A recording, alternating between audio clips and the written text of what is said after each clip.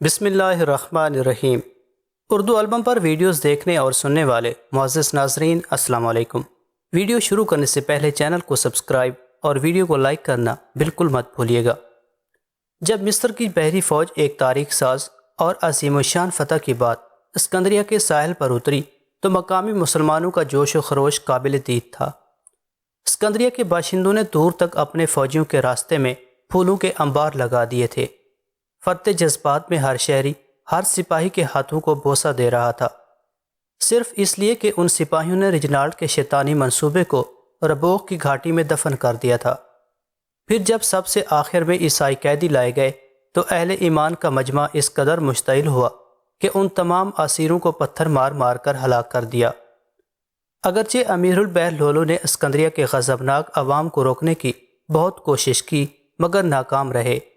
پھر جب امیر البحر لولو والی مصر کو فتح کی نوید سنانے کے لیے قاہرہ کی طرف روانہ ہوئے تو سلطان صلاح الدین ایوبی رحمۃ اللہ علیہ نے قاہرہ کی حدود سے نکل کر اپنے امیر البحر کا اس قدر والہانہ استقبال کیا کہ جوش جذبات میں اس کی پیشانی کو چوم لیا۔ اپنے تمام امراء کے سامنے بآواز بلند کہا، حق تعالیٰ تمہیں دونوں جہاں میں اجر عظیم عطا فرمائے کہ تم نے مجھے قیامت کے دن سرکار دو عالم صلی اللہ علیہ وسلم کے سامنے شرمندہ ہونے سے بچا لیا۔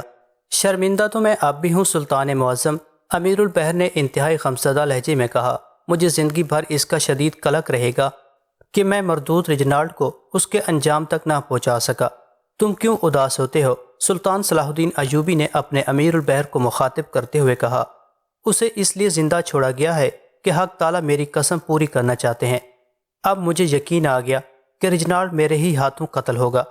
سلطان صلاح الدین ایوبی رحمۃ اللہ علیہ کو والی کرک رجنالڈ کے بچ نکلنے کا بے حد افسوس تھا، مگر پھر بھی یہ احساس انتہائی مسرت اور سکون کا باعث تھا کہ مکہ معظمہ اور مدینہ منورہ اس شیطان کے ناپاک منصوبے سے محفوظ رہے تھے۔ اس ہنگامہ آرائی سے فارغ ہوتے ہی والی مصر دوبارہ فرینکس کی طرف متوجہ ہوئے۔ حلب کے قیام کے دوران سلطان صلاح الدین ایوبی رحمۃ اللہ علیہ نے اپنے تمام فوجیوں کو گھر جانے کی رخصت دے دی تھی، کیونکہ ایک طویل عرصے سے یہ جانباز اپنے اہل خانہ سے بچھڑے ہوئے تھے۔ مگر جب رجنالڈ کی فتنہ انگیزی عروج کو پہنچ گئی تو انہوں نے اپنے تمام فوجیوں کی چھٹیاں منسوخ کر کے انہیں فوری طور پر قاہرہ کی مرکزی فوجی چھاؤنی میں جمع ہونے کا حکم دیا۔ رجنالڈ اور فرینکس کی درندگی نے سلطان صلاح الدین ایوبی رحمۃ اللہ علیہ کی مزاجی کیفیت کو بڑی حد تک بدل ڈالا تھا۔ وہ عام صلح پسند عیسائیوں کے لیے اب بھی اپنے دل میں نرم کوشہ رکھتے تھے، مگر تخریب کار اور جنگجو صلیبیوں کے لیے ان کا دل کسی چٹان کی طرح سخت ہو گیا تھا۔ نئی مارکہ آرائی کے لیے قاہرہ چھوڑنے سے پہلے سلطان صلاح الدین ایوبی رحمۃ اللہ علیہ نے اپنے تمام سالاروں اور سپاہیوں کو ایک طویل و عریض میدان میں جمع کر کے نہایت معنی خیز تقریر کی جو والی مصر کے بدلے ہوئے مزاج کی واضح اور بھرپور عکاسی کر رہی تھی۔ اہل ایمان تم سب پر اللہ کی سلامتی ہو۔ تمہیں اچھی طرح معلوم ہے کہ میں نے ملت اسلامیہ کے اتحاد کے لیے مسلمان حکمرانوں کو کس طرح آوازیں دیں اور کیسی جانسوزی کے ساتھ ان سے اپنی صفیں درست رکھنے کے لیے التجائیں کی، مگر چھوٹی چھوٹی ریاستوں کے حاکموں کے علاوہ کسی بڑے حاکم نے میری آواز پر لبیک نہیں کہا، بلکہ مجھے برباد کرنے کے لیے اسلام کے دشمنوں کو گلے لگا لیا تھا۔ یہ اسی بے ضمیری کا نتیجہ تھا کہ عیسائیوں کی نظر میں مسلمان حکمراں ایک بکاؤ مال کی حیثیت رکھتے ہیں۔ دشمن نے ہمارے اس انتشار سے فائدہ اٹھا کر مکہ معظمہ اور مدینہ منورہ کی تباہی کے منصوبے بنائے۔ یہ تو حق تعالیٰ کا بے مثال کرم تھا کہ اس نے ہماری بے حسی اور بے خبری کے باوجود اس عذاب کو ہمارے سروں سے ٹال دیا، ورنہ اگر معاذ اللہ صلیبیوں کا یہ ناپاک منصوبہ کامیاب ہو جاتا تو ہم کو جنہیں مسلمان ہونے کا دعویٰ ہے دنیا اور آخرت میں منہ دکھانے کے قابل نہ رہتے۔ میں نے اپنا فرض ادا کرتے ہوئے والی موصل عزاء الدین مسعود کو ایک طویل خط تحریر کیا تھا اور انہیں اس خوفناک ترین حقیقت سے آگاہ کر دیا تھا کہ انہوں نے جن عیسائی حکمرانوں سے فوجی اشتراک عمل کے معاہدے کیے ہیں وہی لوگ معاذ اللہ ہمارے مقامات مقدسہ کو صفحہ ہستی سے مٹانے کی کوششیں کر رہے ہیں۔ اس لیے میرے نزدیک صلیبیوں کے ساتھ یہ اشتراک عمل کھلی اسلام دشمنی ہے، اور اسلام کا دشمن چاہے اس کا نام مسلمانوں جیسا ہی کیوں نہ ہو اسلام کے دائرے سے خارج ہے، بلکہ شرعی اصطلاح کے مطابق وہ منافق ہے، اور منافق اللہ تعالیٰ کی نظر میں انتہائی ناپسندیدہ شخص ہے۔ اس صورتحال کے تناظر میں آپ کو لازم ہے کہ بلا تاخیر شاہ ارمینیہ رہوپن سے دفاعی معاہدہ توڑ دیں وہ عیار اور شاطر عیسائی حکمراں آپ کی عاقبت نااندیشی سے فائدہ اٹھا کر موصل پر قبضہ کرنا چاہتا ہے۔ در پردہ اس کی ساری ہمدردیاں عیسائیت اور صلیبی حکمرانوں کے ساتھ ہیں، اور یہ کوئی غیر فطری بات بھی نہیں کہ ایک عیسائی کو دوسرے عیسائی کا خیر خواہ اور مددگار ہونا ہی چاہیے۔ یہ تو ہم مسلمان ہی ہیں کہ ایک کلمہ گو دوسرے کلمہ گو کے لیے کوئی نیک جذبہ نہیں رکھتا اور اپنی زمین کے چھوٹے سے ٹکڑے کو بچانے کے لیے مرکز کو تباہ و برباد دیکھنا چاہتا ہے۔ میں مسلمانوں کی اس بے حسی کو بے ضمیری اور بے غیرتی کی کون سی منزل قرار دوں کہ والی کرک ریچنالڈ کے اس شیطانی منصوبے پر کسی مسلم ریاست سے صدائے احتجاج بلند نہیں ہوئی۔ میں دوسرے مسلمانوں کے بارے میں یہ رائے دینے کا حق نہیں رکھتا کہ وہ زندہ ہیں یا مر چکے ہیں، مگر اپنے بارے میں مجھے خوب اندازہ ہے کہ ابھی حق تعالیٰ نے مجھ پر موت طاری نہیں کی ہے۔ میں اس کے نام پر زندہ ہوں اور اسی کے نام پر آپ سے آخری بار درخواست کرتا ہوں کہ فوری طور پر شاہ ارمینیہ سے تمام تعلقات ختم کر لیجئے۔ اگر میری طرف سے آپ کو کوئی خدشہ ہے تو میں حق تعالیٰ کو حاضر و ناظر جان کر کہتا ہوں کہ موصل کی طرف آنکھ اٹھا کر بھی نہیں دیکھوں گا۔ اس کے ساتھ ہی آپ کو یقین دلاتا ہوں کہ اگر کسی عیسائی حکمراں نے موصل پر بری نظر ڈالی تو میں کسی بھی حال میں ہوں مگر آپ کی مدد کو ضرور پہنچوں گا۔ یہ کہہ کر سلطان صلاح الدین ایوبی رحمۃ اللہ علیہ کچھ دیر کے لیے خاموش ہو گئے اور گہری نظروں سے اپنے سالاروں اور جان باز سپاہیوں کے چہروں سے ان کے جذباتی رد عمل کا جائزہ لینے لگے۔ یکایک میدان میں بہت سی آوازوں کا شور گونجنے لگا، یہ سب اسلام دشمن ہیں، انہیں بدترین سزا دی جائے۔ فوجی سالاروں سے لے کر ایک عام سپاہی تک ہر شخص نے اپنا رد عمل ظاہر کر دیا تھا۔ میرے خط کے جواب میں والی موصل عزاء الدین مسعود نے یہ تحریر کیا ہے کہ وہ اپنی سیاسی ضرورتوں کے تحت شاہ ارمینیہ رہوپن سے کیا ہوا فوجی معاہدہ نہیں توڑ سکتے۔ مختصر سے سکوت کے بعد سلطان صلاح الدین ایوبی رحمۃ اللہ علیہ دوبارہ اپنے سپاہیوں سے مخاطب ہوئے۔ مجھے عزاء الدین مسعود کے اس جواب سے شدید مایوسی ہوئی۔ شاید ہی اہل ایمان پر اتنا کڑا وقت آیا ہو کہ ہم مسلمان اللہ اور رسول اللہ صلی اللہ علیہ وسلم کے نام پر بھی ایک صف میں کھڑے نہیں ہو سکتے۔ تم لوگ گواہ ہو کہ میں کئی بار اہتمام حجت کر چکا۔ مجھے اپنی اس غلطی کا اعتراف ہے کہ میں نے ان لوگوں کے ساتھ حسن سلوک سے کام لیا جو فطری طور پر بے رحم اور ناقابل اصلاح تھے۔ حق تعالیٰ میری ان کوتاہیوں اور غلطیوں کو معاف فرمائے۔ آج میں اپنے جان بازوں پر یہ حقیقت واضح کر دینا چاہتا ہوں کہ وہ اس معرکہ آرائی میں بالکل تنہا ہیں۔ خدا تعالیٰ وہ وقت نہ لائے کہ اس شدید آزمائش کے مرحلے میں ہمارے کچھ حلیف بھی ساتھ چھوڑ جائیں۔ یقیناً بدگمانی اچھی چیز نہیں، لیکن ماضی کے تجربات کی روشنی میں ہمیں ہر صورتحال کے لیے ہر وقت تیار رہنا چاہیے۔ بس ایک باری تعالیٰ کی ذات ہے جس کا وعدہ سچا ہوتا ہے اور جو کسی بھی حال میں اپنے نام لیواؤں کو تنہا نہیں چھوڑتا۔ ہمارے سامنے ایک دشوار ترین گھاٹی ہے جو زہریلے کانٹوں سے بھری ہوئی ہے، ایک خونخوار سمندر ہے جس کی ہر موج ہلاکت خیز ہے، ایک طویل صحرا ہے جس کے اندر میٹھے پانی کا کوئی چشمہ نہیں۔ ان تمام خطرناک رکاوٹوں کے پیچھے ہماری منزل مقصود ہے، اور ہمیں بہر عنوان اس منزل تک پہنچنا ہے کیونکہ ہم نے اپنے پیدا کرنے والے سے وعدہ کیا ہے کہ ہم اسی کی عبادت کرتے ہیں اور اس سے ہی مدد چاہتے ہیں۔ یہ کہہ کر سلطان صلاح الدین ایوبی رحمۃ اللہ علیہ ایک بار پھر خاموش ہو گئے اور طویل و عریض میدان کی طرف دیکھنے لگے جہاں دور تک ان کے سپاہیوں کے سر ہی سر نظر آ رہے تھے، اور تھوڑے تھوڑے فاصلے پر کھڑے ہوئے نقیب اپنے سلطان کا پیغام سپاہیوں تک پہنچا رہے تھے۔ مختصر سی خاموشی کے بعد سلطان صلاح الدین ایوبی رحمۃ اللہ علیہ نے اپنے سپاہیوں کو مخاطب کرتے ہوئے کہا، میں نہیں جانتا کہ اس منزل تک پہنچنے کے لیے ہمیں کن کن مرحلوں سے گزرنا پڑے گا۔ کبھی یوں بھی ہوتا ہے کہ لوگ ساحل پر پہنچ کر ڈوب جاتے ہیں اور مسافر منزل پر پہنچنے کے بعد دم توڑ دیتے ہیں۔ ہو سکتا ہے کہ ہم محاذ جنگ سے اپنے گھروں کی طرف واپس نہ لوٹ سکیں اور دیار غیر میں ہماری قبریں بن جائیں۔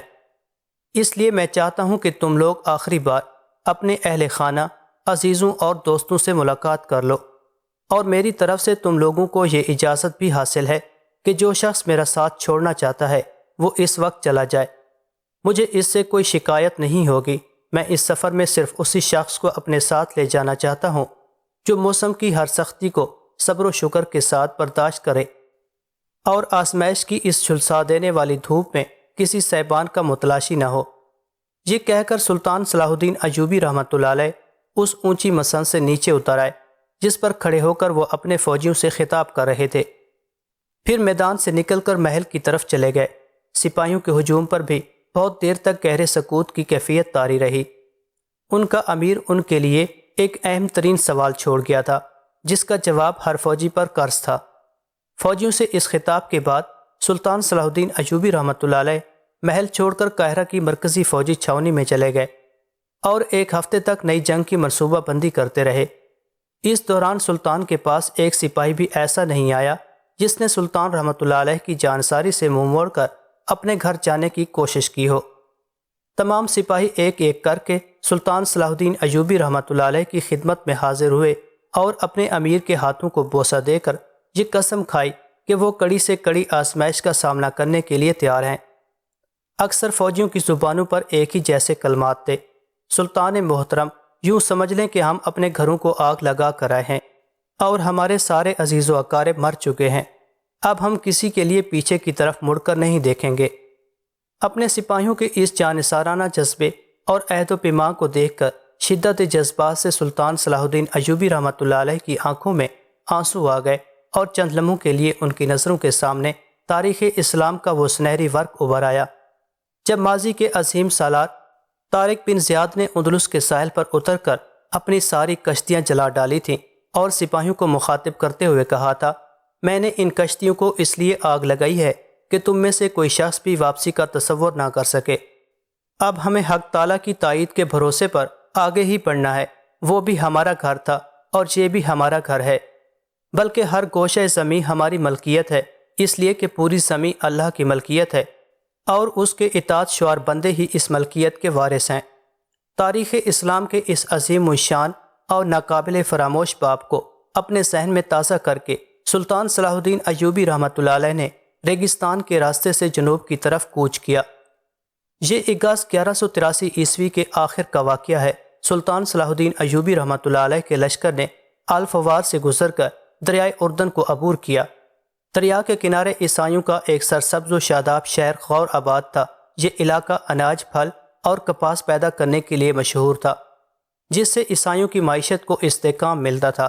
سلطان صلاح الدین ایوبی رحمۃ اللہ علیہ نے اپنی نئی سیاسی حکمت عملی کے سبب غور پر ایک بھرپور ضرب لگائی، کھڑی فصلوں کو گھوڑوں کے سموں سے پامال کر ڈالا اور پھلوں سے لدے ہوئے باغات کو آگ لگا دی، جس کے شعلے کئی دن تک دور دور دکھائی دیتے رہے۔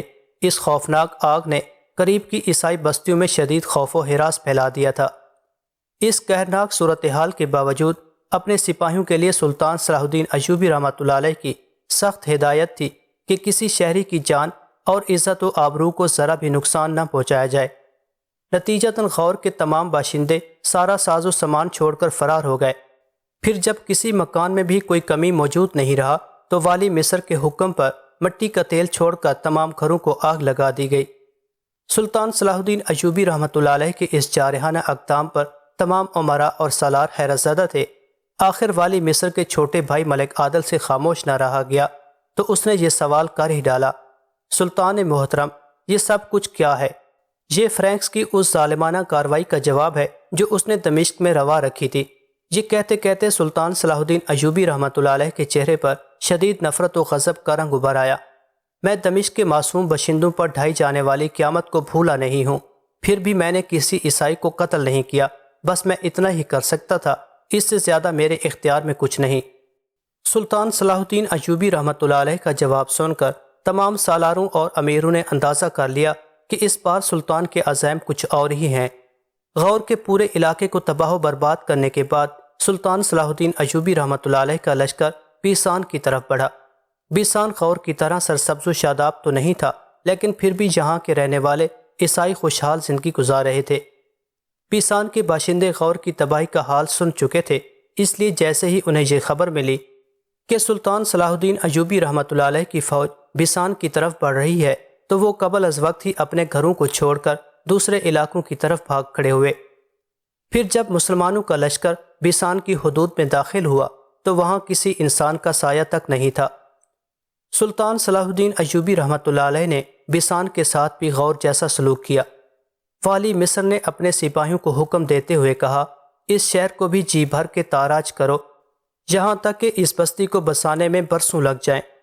سلطان صلاح الدین ایوبی رحمۃ اللہ علیہ کے قہر و غضب کی وہی کیفیت تھی جو غور کی تباہی کے وقت ان کے چہرے سے ظاہر ہوئی تھی۔ ہر سپاہی کے ہاتھ کھلے ہوئے تھے، نتیجتاً کوئی کھیت، کوئی باغ اور کوئی گھر ان کے غصے کی آگ سے محفوظ نہیں رہا۔ ہر طرف شعلے ہی شعلے اور دھواں ہی دھواں نظر آ رہا تھا۔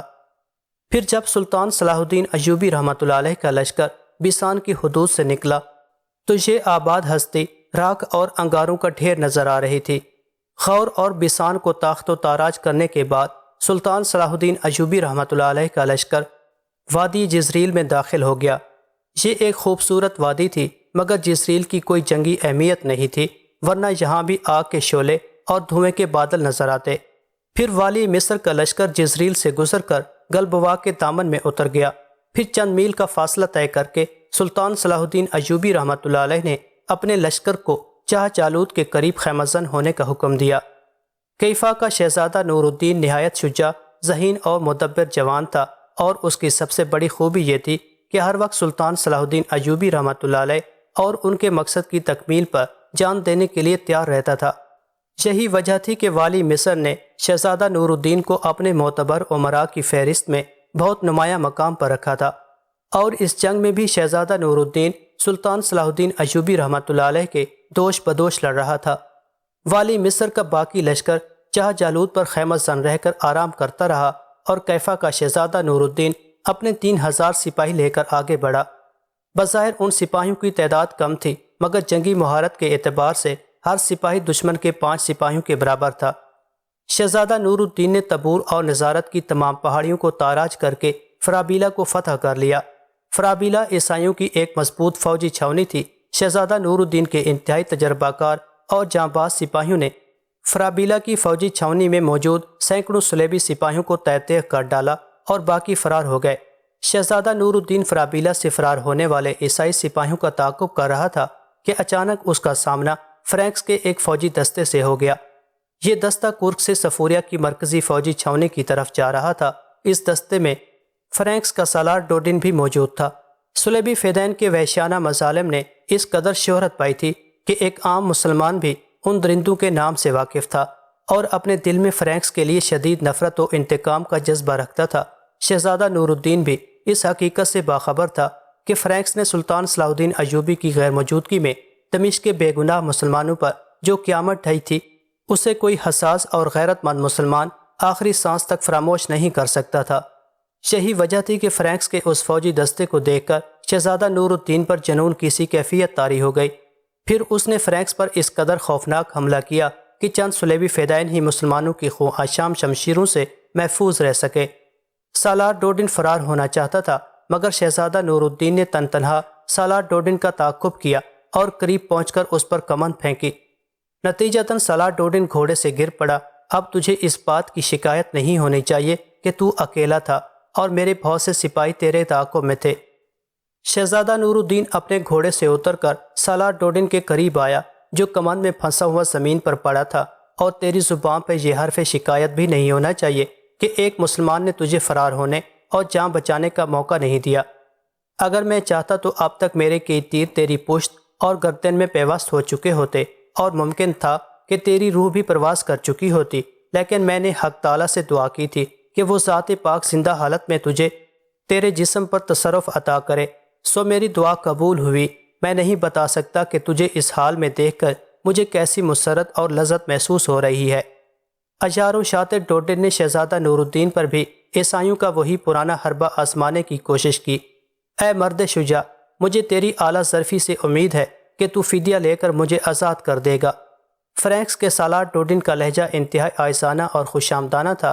ڈوڈن کی بات سن کر شہزادہ نور الدین کچھ سوچنے لگا۔ اس کی یہ کیفیت دیکھ کر ڈوڈن سمجھا کہ اس کا حریف نرم پڑ گیا ہے۔ اس نے فوراً ہی ایک اور چال چلی۔ فدیہ لے کر جنگی قیدیوں کو چھوڑ دینا تو تمہارے مذہب میں بھی جائز ہے۔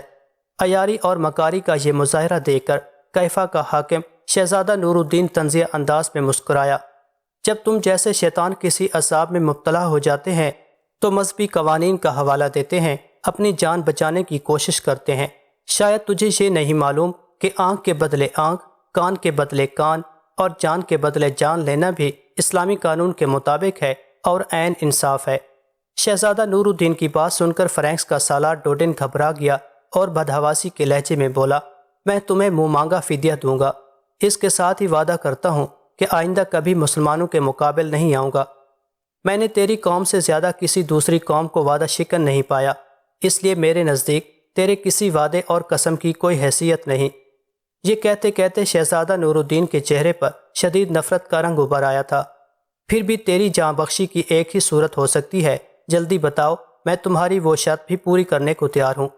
سالار ڈوڈن کسی بھکاری کے انداز میں گڑ گڑایا، تو نے جن ہزاروں مسلمانوں کو دمشق میں قتل کیا ہے، اگر ان میں سے کسی ایک کو دوبارہ زندہ کر دے تو میں تجھے آزاد کر سکتا ہوں، اور یہ ایک مسلمان کا وعدہ ہے۔ اپنی رہائی کی شرط سن کر سالار ڈوڈن کا سرخ و سفید چہرہ دھواں ہو گیا۔ اب اسے اپنی موت بہت قریب نظر آ رہی تھی، پھر بھی اس نے کانپتی ہوئی آواز میں کہا، یہ تو ممکن نہیں کہ میں کسی مقتول کو دوبارہ زندہ کر سکوں، تو پھر یہ بھی ممکن نہیں کہ میں فدیہ لے کر تجھے رہا کر دوں۔ شہزادہ نور الدین غضبناک ہونے کی بجائے یکایک مسکرانے لگا، تو مجھے اپنی جان کے فدیے میں کیا دے گا؟ زیادہ سے زیادہ 1,00,000 دینار، مگر یہ رقم تو بہت کم ہوگی۔ اگر تو دنیا بھر کی دولت بھی میرے قدموں میں ڈھیر کر دے تب بھی میں تجھے رہائی نہیں بخشوں گا۔